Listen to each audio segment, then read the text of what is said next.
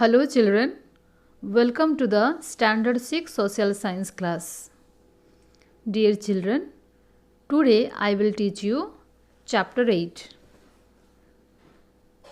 Kindly all of you open page number 67.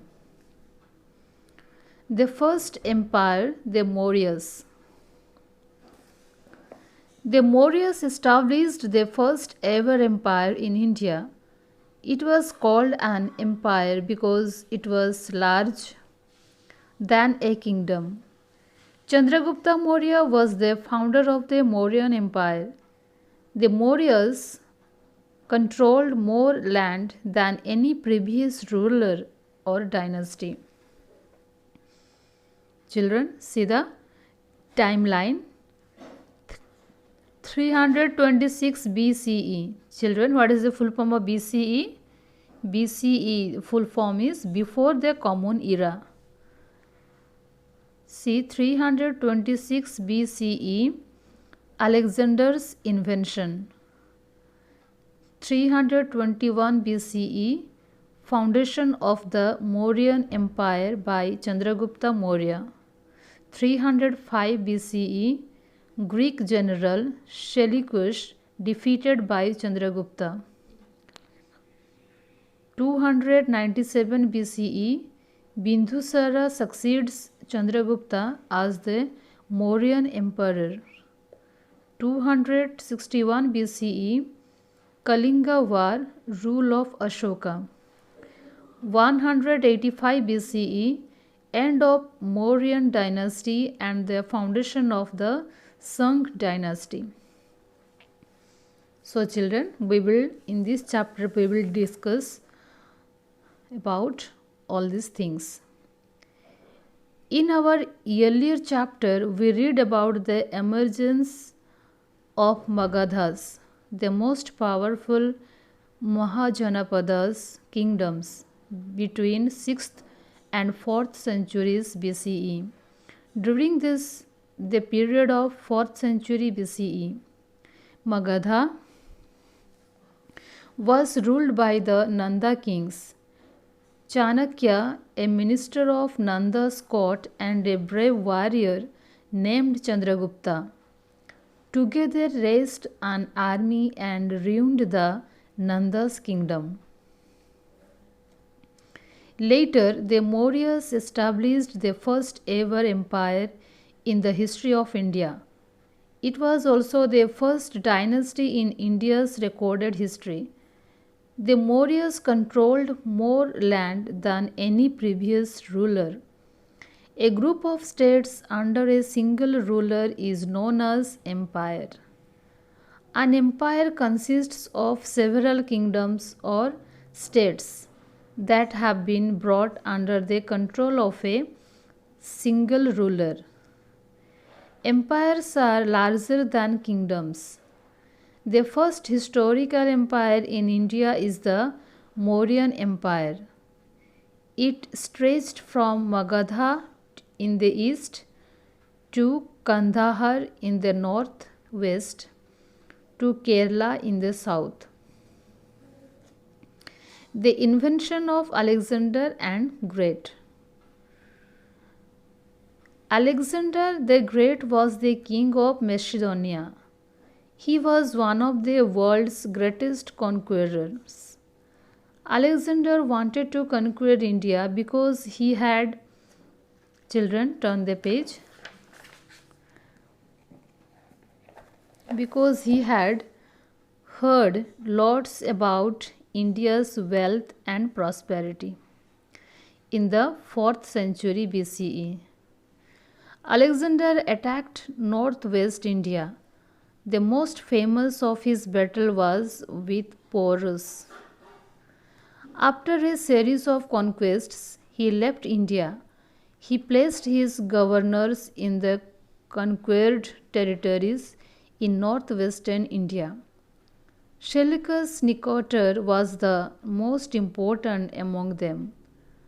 Alexander's invention weakened all the smaller kingdoms in the north of the Indian subcontinent and It made easier for Chandragupta Maurya to conquer them. Children, next we will discuss about the first empire, the Mauryan Empire. About 2500 years ago, Magadha became the most important Mahajanapada. It had many powerful rulers such as Bimbisara, Ajatsatru, as well as Mahajanapada, Mahapadmananda, Chandragupta Maurya 321 to 297 BC. Children, what is the full form of BC? Before Christ. Around 325 BCE, an ambitious, brave young man, Chandragupta, overthrew the Nandas and established the Mauryan Empire.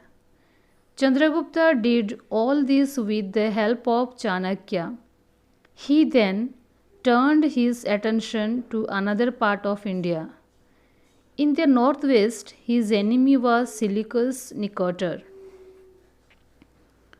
He was a governor appointed by Alexander.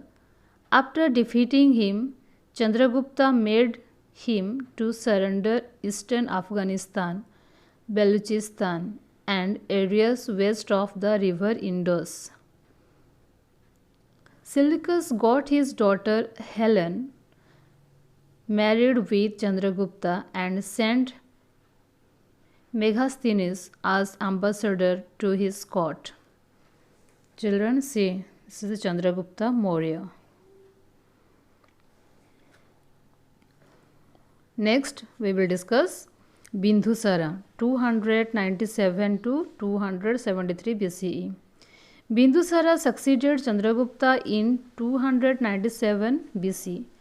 He conquered the Deccan area and extended his empire up to Karnataka. He was known by his title Amitraghatta, that means slayer of foes. He conquered 16 states and added their lands to his empire. The Mauryas were friendly with the kingdoms of the south. Bindusara was succeeded by his son Ashoka. See children, Bindusara. Ashoka the Great 273 to 232 BCE. Ashoka was one of the greatest rulers in Indian history. He was born in 302 BCE. His father Bindusara had made him governor of Takshila and Ujjain during his lifetime. He ascended the throne in 273 BCE.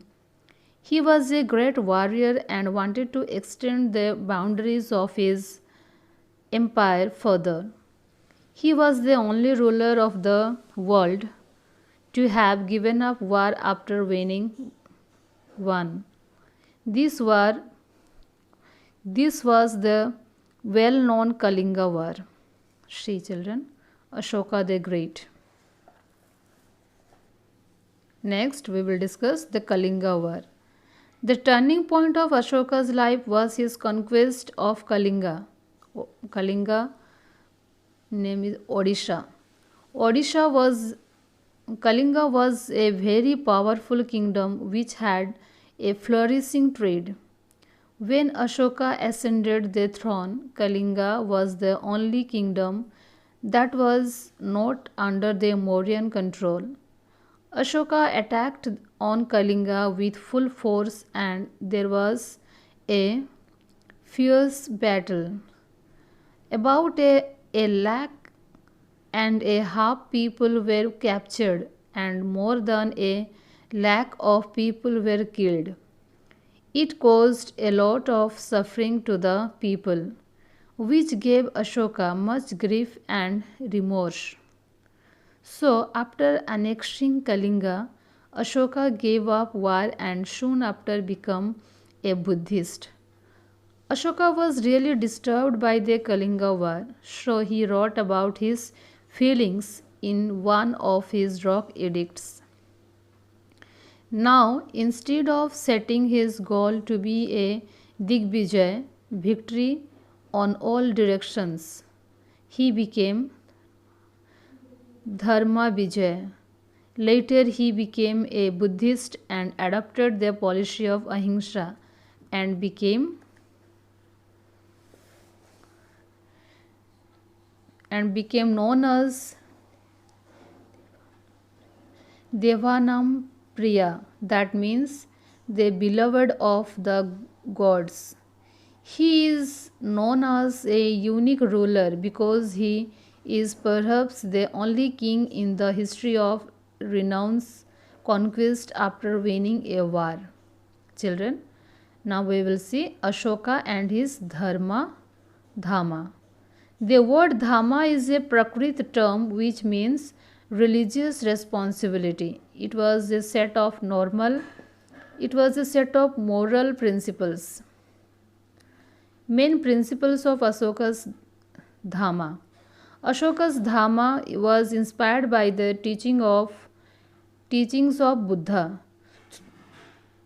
Through Dhamma, Ashoka wanted to instill the spirit of tolerance, non-violence, coexistence, and respect for elders. The main principles of Dhamma were as follows. Number 1, people should respect their elders. Number 2, everyone should follow Ahimsa. No animal should be slaughtered for sacrifice.